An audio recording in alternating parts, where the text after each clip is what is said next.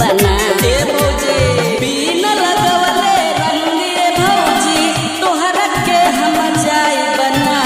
जगह को जगह रंग ये भौजी लगाई बना, लगाई बना।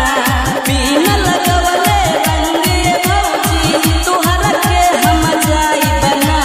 जगह को जगह रंग ये भौजी लगाई बना, लगाई बना।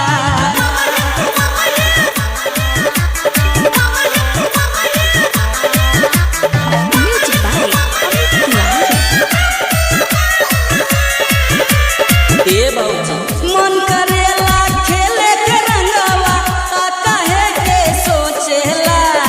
देखा हमर पिचकारी भौजी तोहरे रहिया देखेला, तोहरे रहिया देखेला।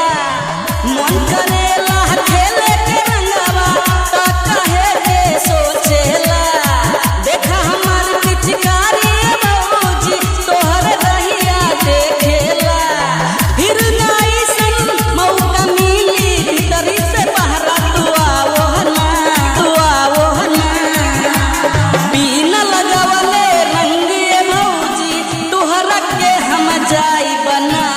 जगह को जगह रंग ये भौजी लगाई बना, लगाई बना।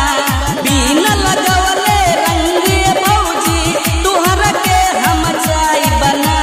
जगह को जगह रंग ये भौजी लगाई बना, लगाई बना।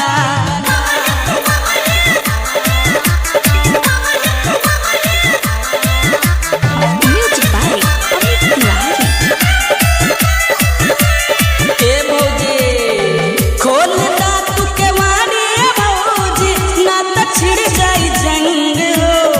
बोला कौना कलर के लगवईबू ए हो भौजी रंग हो, रंग हो।